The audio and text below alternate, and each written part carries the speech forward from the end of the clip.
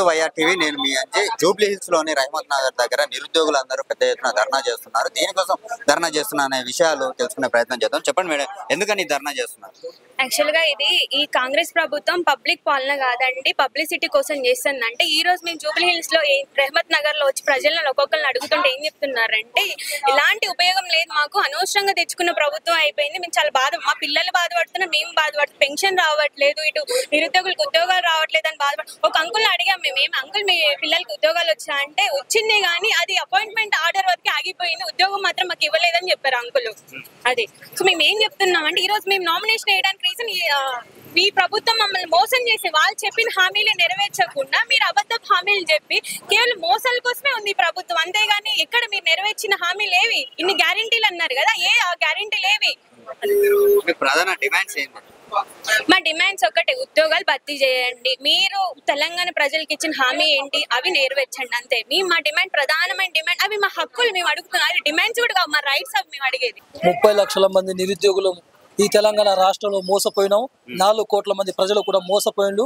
మోసం చేయడానికి మోసగాడు మళ్ళీ జూబ్లీస్ కు ముఖ్యమంత్రి మళ్ళీ అదేవిధంగా ఎమ్మెల్యేలు 40 మంది మంత్రులు ఇవాళ జూబ్లీస్ లో మకాం వేశారు. కాబట్టి మరొకసారి జూబ్లీస్ ప్రజలను మోసం చేయడానికి కోసం వీళ్ళు సిద్ధంగా ఉన్నారు. కాబట్టి ఇక్కడ ఉన్న జూబ్లీస్ ప్రజలను చైతన్యం చేయడానికి కోసం, ప్రశ్నించడానికి కోసం, ఈ తెలంగాణ రాష్ట్రం నువ్వు ఏం చేసినావు, నువ్వు ఏం హామీలు ఇచ్చినావు అడగడానికి కోసం, ఇక్కడ ప్రజలను చైతన్యం చేయడానికి కోసం ఇవాళ తెలంగాణ రాష్ట్రంలో ఉన్న నిరుద్యోగ ఉస్మానియా విద్యార్థిగా, జూబ్లీస్ ఎమ్మెల్యే అభ్యర్థిగా ఇక్కడ జూబ్లీస్ ప్రజలను గెలిపించడానికి కోసం ఇక్కడ పోరాటం చేస్తూ ఉన్నాం.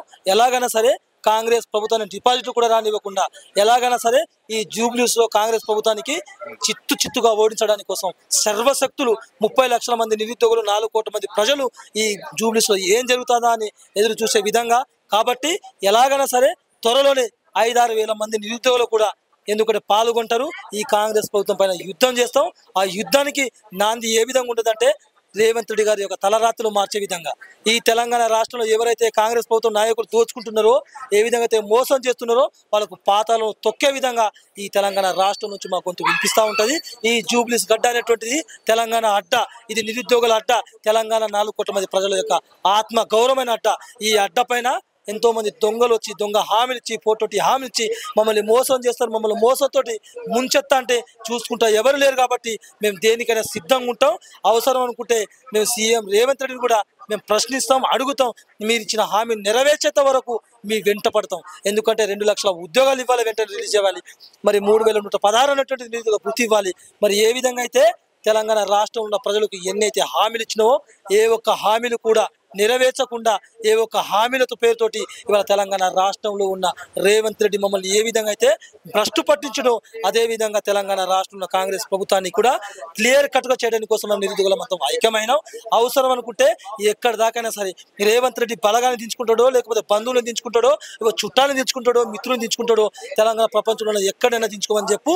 మా నిరుద్యోగుల్ని ఆపే దమ్ము ధైర్యం రేవంత్ రెడ్డి గారికి ఉంటే, జూబ్లీస్ గెలిచే దమ్ము ఇక్కడ ఉన్న అభ్యర్థికి ఉంటే మేము మమ్మల్ని ఎదుర్కోమని చెప్పు. మేము ఖచ్చితంగా ఈ తెలంగాణ రాష్ట్రంలో కాంగ్రెస్ ప్రభుత్వాన్ని గద్దె దింపడానికి కోసం మేము ముందుకు వచ్చినాం, కదులుతాం. మా పోరాటం అన్నటువంటిది 2.5 సంవత్సరాల నుంచి చేస్తూ ఉన్నాం. 2.5 సంవత్సరాల నుంచి చేస్తూ ఉండే అక్రమ అరెస్టులు, అక్రమ అనేక రకాలుగా ఇబ్బందులు, మా కన్నీళ్లు, ఆవేదనలు కడుపులో పెట్టుకుని కడుపు మంటతోటి వాళ్ళ రోడ్డు మీదకి వచ్చి ఈ ప్రభుత్వాన్ని ఎలాగైనా సరే గద్దె దింపాలని కోపంతో, కసితోటి ఇక్కడ ఉన్న జూబ్లీస్ తిరుగుతూ ఉన్నాం. బరాబర్ గెలవడగొట్టి మేము గెలుస్తాం. గెలవడానికి సర్వశక్తులు చేసి మేము ఖచ్చితంగా గెలుస్తాం. సీరియల్ నంబర్ 37 నా యొక్క హార్మోనియం గుర్తు. కాబట్టి ఇక్కడ జూబ్లీస్ ప్రజలారా ఒకసారి నిరుద్యోగులకు, విద్యార్థులకు అవకాశం ఇవ్వండి. మీ తలరాతలు, మీ పిల్లల యొక్క భవిష్యత్తుని, మీ యొక్క జీవన ఆధారాన్ని మార్చుతా. ఎందుకంటే నేను ఏ విధంగా అయితే నిరుద్యోగం నిలబడ్డానో, ఇక్కడ ప్రజల సమస్యలు అనేకంగా ఉన్నాయి. కానీ ఏ ఒక్క ప్రజల సమస్య ఉన్నా కానీ 30 లక్షల మంది నిరుద్యోగుల తరపు నుంచి కొట్లాడుతున్నాం. కాబట్టి 30 లక్షల మంది నిరుద్యోగుల తరపు నుంచి 30 డిమాండ్స్ తోటి, నిరుద్యోగులకు సంబంధించిన డిమాండ్స్ తోటి ముందుకెళ్తా ఉన్నా. కాబట్టి మా నిరుద్యోగులు అనేటువంటి ఇప్పటికే గోసపోయారు, కన్నీటి పాలయ్యారు. ఎందుకంటే మోసం చేతిలో చాలా మంది ఇదవుతున్నారు. కాబట్టి ప్రశ్నించడానికి కోసం మేము రోడ్డు మీదకి వచ్చినాం. అవసరం ఉంటే మా ప్రాణ తాగాలి కదా మేము సిద్ధంగా ఉంటాం. కానీ ఇదే రేవంత్ రెడ్డి ఉస్మానియా యూనివర్సిటీకి వచ్చి ఫీజు రీయింబర్స్మెంట్ బడ్జెట్ రిలీజ్ చేస్తా ఉన్నాం అని చెప్పేసి అన్నారు. మరి దాని గురించి ఏమైంది? ఇదే రేవంత్ రెడ్డి 9,000 కోట్ల అన్నటువంటి ఫీజు రియంబర్స్మెంట్ ఉంది.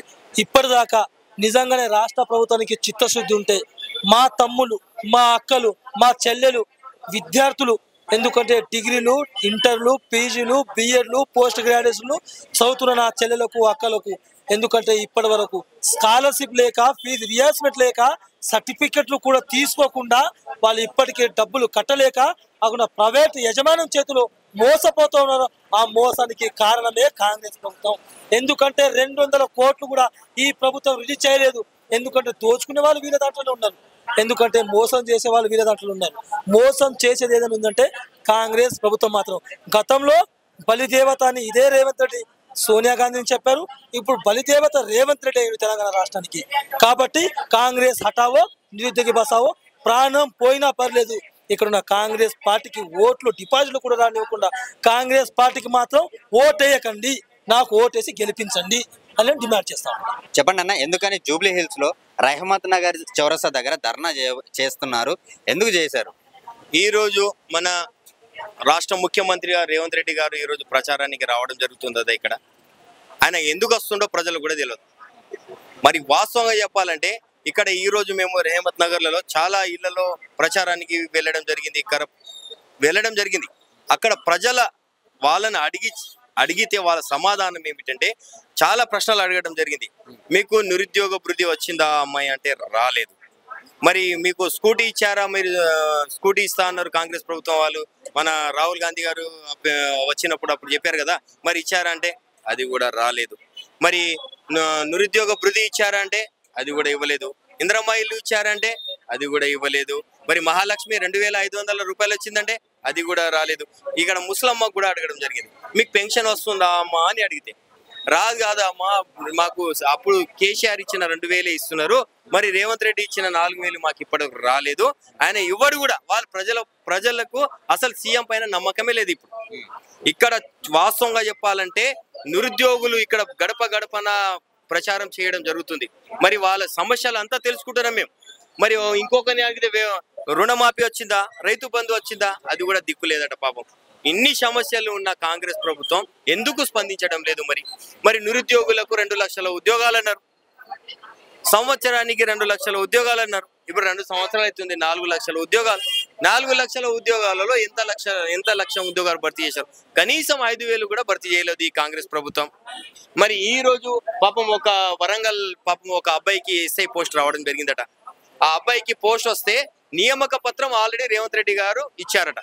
స్టేజ్ పైన మహా బ్రహ్మాండంగా ఇట్లా నిలబడి ఇట్లా ఇచ్చేసి నియామక పత్రం ఇచ్చిన తర్వాత పాపం ఆయన ఏం చేసిందంటే మన వరంగల్ పోస్ట్ ఉందని వరంగల్లో పోయి జాయిన్ అయ్యిందట. జాయిన్ అవ్వడానికి పోయిండు, పాపం జాయిన్ కాలేదు. అక్కడ పోతే ఆయన పేరు లేదట లిస్ట్లో. అమ్మాయి ఇది మీ పోస్ట్ కాదు, అసలు మీకు ఉద్యోగమే రాలేదని అంటే ఇంకా పాపం మినిస్టర్ల వెంట చాలా తిరిగిడట వాళ్ళు. చివరికి తిరిగేసరికి పాపం ఆ అబ్బాయి మెంటల్ కండిషన్ మామూలు లేదట. ఇప్పుడు పాపం మెంటల్ అయిపోయిందట. పాపం తిరిగి నాకు ఉద్యోగం రాక మా ఇట్లా మోసపోయినా అని పాపం మెంటల్ అయిపోయింది. వాళ్ళ తండ్రి సాక్షాత్ చెప్తున్నాడు. ఈ రోజు మా వీడియో కూడా తీసుకున్నాం మేము. పాపం ఆయన ఇంత దారుణంగా ఉన్న కాంగ్రెస్ ప్రభుత్వం పాపం ఎస్సీ ఎస్టీ బీసీ మైనార్టీ వర్గాల వాళ్ళు ఎంత కడుపు కొట్టవచ్చో ఒకసారి ఆలోచించాల. ఏ డిపార్ట్మెంట్ లో చూసినా అగ్రవర్గాల వాళ్ళే ఉన్నారు. మరి రేవంత్ రెడ్డికి నేను ఒకటి సూటిగా అడుగుతున్నా, మీరే కదా 2 లక్షల ఉద్యోగాలు మేనిఫెస్టోలో భర్తీ చేస్తా అని చెప్పింది, నిరుద్యోగుల భృతి మీరే కదా ఇస్తా అని చెప్పింది. గత ప్రభుత్వం ఉన్నప్పుడు ఇలానే జూటా మాటలు చెప్పడం వల్లనే కదా నిరుద్యోగులు ఉద్యోగస్తుల మంది కలిసి ఓడిపించినాం. మరి మిమ్మల్ని ఎందుకు తీసుకొని వచ్చినాం? బస్సు యాత్రలు చేసి అది చేసి మీరు మాకు న్యాయం చేస్తారనే కదా ఈ రోజు మేము సాంఖ్యలు వేసుకున్నాం. ఎందుకు వేసుకున్నాం? మాకు 4 లక్షల ఉద్యోగాలు ఇచ్చి మనం విముక్తి ఇవ్వండి అని కళ్ళకు గొంతలు కట్టుకున్నాం. ఎందుకు కట్టుకున్నాం? వాళ్ళు చెప్పిన జూటా హామీలను మేము చూడలేకపోతున్నాం. ఇక్కడ జనాలు కానీ మేము నిరుద్యోగులం కానీ చూడలేక మేము గత్తలు కొట్టుకొని ఈ రోజు ఇక్కడ రహమత్ నగర్ లో మేము ప్రోగ్రామ్ చేయడం జరిగింది. మరి ఇంత దారుణంగా ఉంటారా మరి కాంగ్రెస్ ప్రభుత్వానికి? మరి కాంగ్రెస్ ప్రభుత్వానికి చిత్తశుద్ధి ఉంటే వెంటనే నిరుద్యోగులకు 2 లక్షల నుండి 4 లక్షల ఉద్యోగాలు భర్తీ చేయమని చూద్దాం. మరి నిరుద్యోగ భృతి, రైతులకు రుణమాఫీ. ఈ రోజు రైతులకు పాపం ఎంతో మంది వర్షం పడడం వల్ల చాలా నష్టాలు పోతున్నాయి. అక్కడ మా ఆదిలాబాద్ జిల్లా కానీ నిజామాబాద్ జిల్లా కానీ ఇటు మహబూబ్ నగర్ జిల్లాలో పాపం వ్యవసాయం చేసే వాళ్ళకి ఎంత నష్టం జరుగుతుందో పంట. వాళ్ళకు 10,000 2024 ఫైనల్ గా రేవంత్ రెడ్డి గారికి ఏం చెప్పదలుచు? నేను చెప్పదలుచుకున్నది ఒకటే అండి, 2 లక్షల బదులు నాకు 2 సంవత్సరాలు అయింది, 4 లక్షల ఉద్యోగాలు భర్తీ చేయాలా, నిరుద్యోగ భృతి ఇవ్వాలా, వాళ్ళు ఇచ్చిన 6 గ్యారెంటీలు పర్ఫెక్ట్ గా ఇవ్వాలని నేను రేవంత్ రెడ్డి గారికి కోరుకుంటున్నా. లేని పక్షంలో స్థానిక ఎలక్షన్లో మాత్రం గట్టిగా ఇస్తాం. ఇంకా దీనికన్నా గట్టిగా ఇస్తాం 100%. నేను చెప్తున్నా కదా, ఇక్కడ మాత్రం కాంగ్రెస్ రాదు. వేరే ఏ పార్టీకి ఓటుకేసినా ఇబ్బంది లేదు, కానీ కాంగ్రెస్ ప్రభుత్వం రాదు. ఇది మాత్రం పక్కా.